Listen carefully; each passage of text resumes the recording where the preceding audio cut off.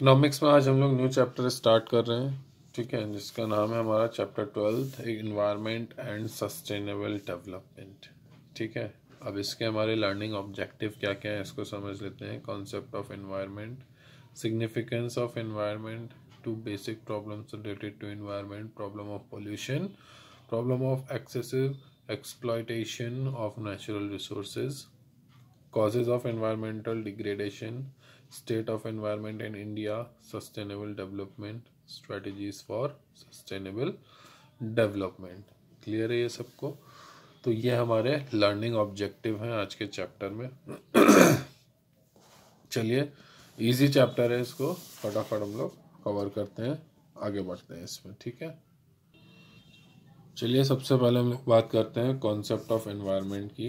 Environment is defined as all those conditions and their effects which influence human life. Environment क्या होता है कि वो सारी कंडीशंस जो कि ह्यूमन लाइफ को इन्फ्लुएंस करती हो या इफेक्ट करती हो, उसको बोलते हैं हम लोग environment.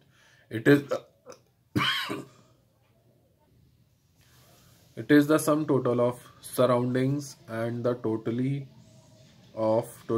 of resources that affect our existence and the quality of our life. According to the Environment Protection Act 1986, अगर Environment Protection Act 1986 के अकॉर्डिंग देखा जाए, ठीक है, environment includes water, air and land and the interrelationship which exist among the between water, air and land and human beings and other creatures, plants, microorganisms and property. The above definition suggests that there are physical as well as living elements of environment. ठीक है, जो definition हम लोगों ने ऊपर पढ़ी, ये क्या कहती है कि वहाँ पर कई तरीके के physical as well as living elements हैं एनवायरनमेंट के। Physical elements include land, water, climate, mountains, minerals and all other resources which nature has provided to us as a free gift. जो नेचुरल फ्री गिफ्ट हम लोगों को मिले हैं उनको बोलते हैं हम लोग फिजिकल एलिमेंट्स।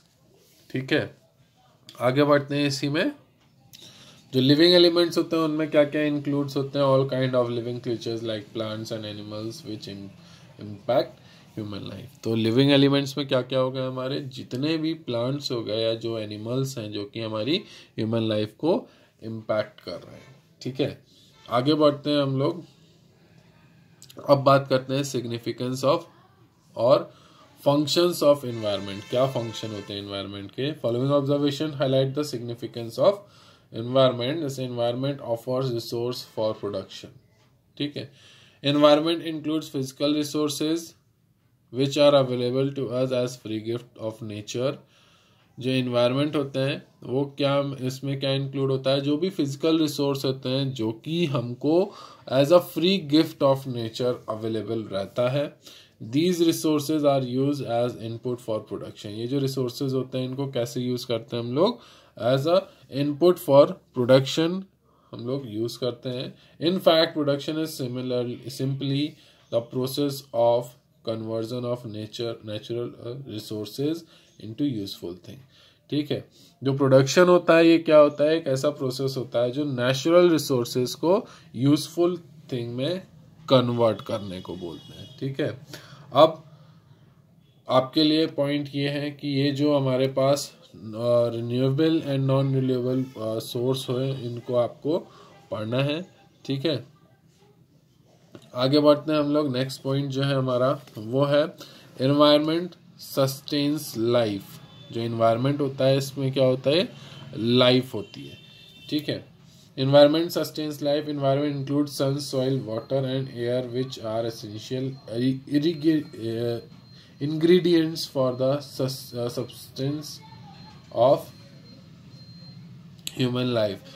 तो जो इन्वायरमेंट होता है उसमें क्या क्या होता है? हमारे जो ह्यूमन लाइफ है उसको स्पेंड करने के लायक हर तरीके की चीज़ होती है, जैसे कि धूप हो गई, मिट्टी हो गई, छाया हो गई।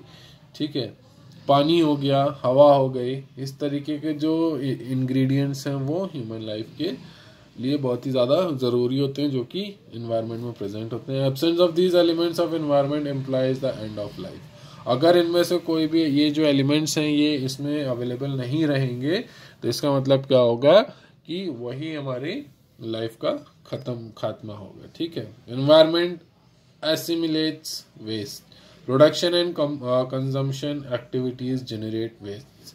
जो production of and consumption activity होती है इनसे क्या होता है, वेस्ट जनरेट होता है। वेयर डज इट गो, ठीक है। This occur mostly in the form of garbage.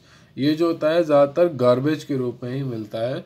अब वेयर डज इट गो, ये कहाँ जाता है, एनवायरमेंट ऑब्जर्व इट। जो एनवायरमेंट होती है वो इसे ऑब्जर्व कर लेती है।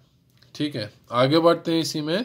Environment enhances quality of life. जो एनवायरमेंट होती है वो क्या करती है, जो क्वालिटी ऑफ लाइफ है उसको इनहेंस कर देती है। Surroundings include rivers, oceans, mountains and deserts. जो सराउंडिंग्स होते हैं उसमें क्या इंक्लूड रहता है, जो रिवर है, ओशन है, माउंटेन और डेजर्ट्स हैं। Man enjoys these surroundings adding to the quality of his life. और जो आदमी होते हैं वो क्या करते हैं, इन्हीं सराउंडिंग्स को, जो ह्यूमंस होते हैं इन्हीं सराउंडिंग्स को एंजॉय करते हैं और अपनी जो लाइफ है उसमें क्वालिटी ऐड करते हैं। ठीक है, आगे बढ़ते हैं इसी में। बात करते हैं यहाँ पे अब two basic problems related to environment. Environment से रिलेटेड अब दो बेसिक प्रॉब्लम्स पे हम बात करते हैं। ठीक है, two basic problem related to environment are problem of pollution, problem of excessive exploitation of natural resources और डिग्रेडेशन ऑफ नेचुरल रिसोर्सेज। तो जो दो बेसिक प्रॉब्लम है एनवायरनमेंट की वो क्या है हमारी, कि जो पोल्यूशन है वो, और दूसरा जो हमारे रिसोर्सेज हैं उनको ओवर एक्सेसिव यूज करना। ठीक है, following sections offer a brief descriptions of these problems. अब कुछ जो पॉइंट्स हैं इनको हम लोग डिस्कस करेंगे। ठीक है, तो जैसे सबसे पहला है हमारा pollution. Pollution refers to those activities of production and consumption which challenge purity of air and water and thereby pollute the environment.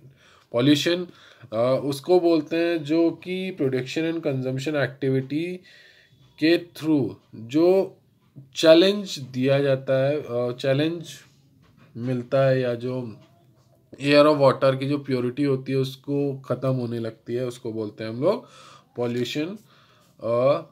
ठीक है, और यही इन्वायरमेंट को पोल्यूट करता है।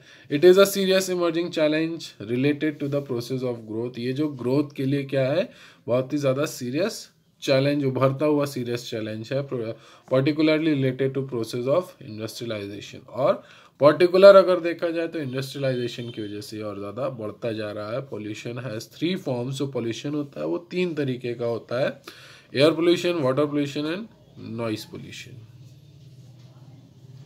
ठीक है, अब एयर पोल्यूशन क्या है इसको बात करते हैं। Air carries oxygen which is an essential element of life.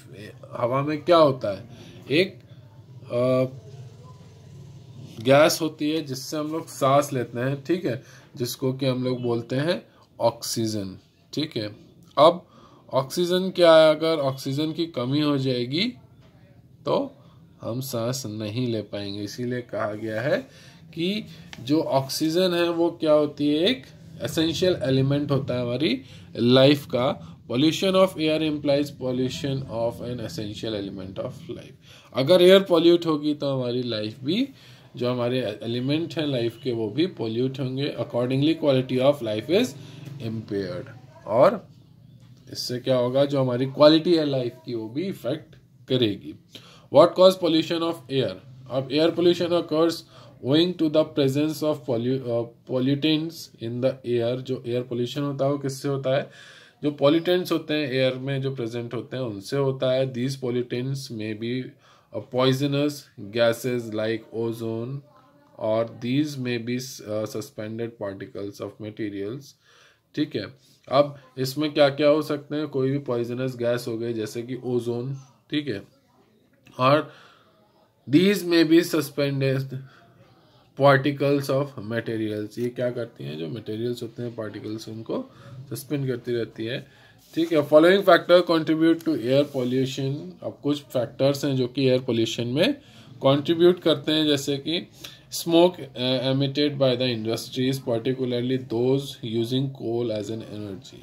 अब अगर इंडस्ट्रीज से स्मोक अगर निकल रहा है, ठीक है, पर्टिकुलरली केवल अगर देखा जाए तो ऐसी इंडस्ट्रीज जो कि कोल को एज ए एनर्जी का सोर्स के रूप में यूज कर रहे हैं, ठीक है।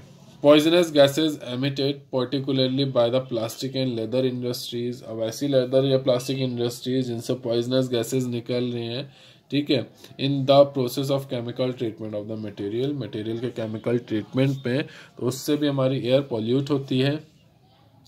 Emission of gases by the motor vehicle which has risen to a threatening level owing to exponential rise in the number of vehicle।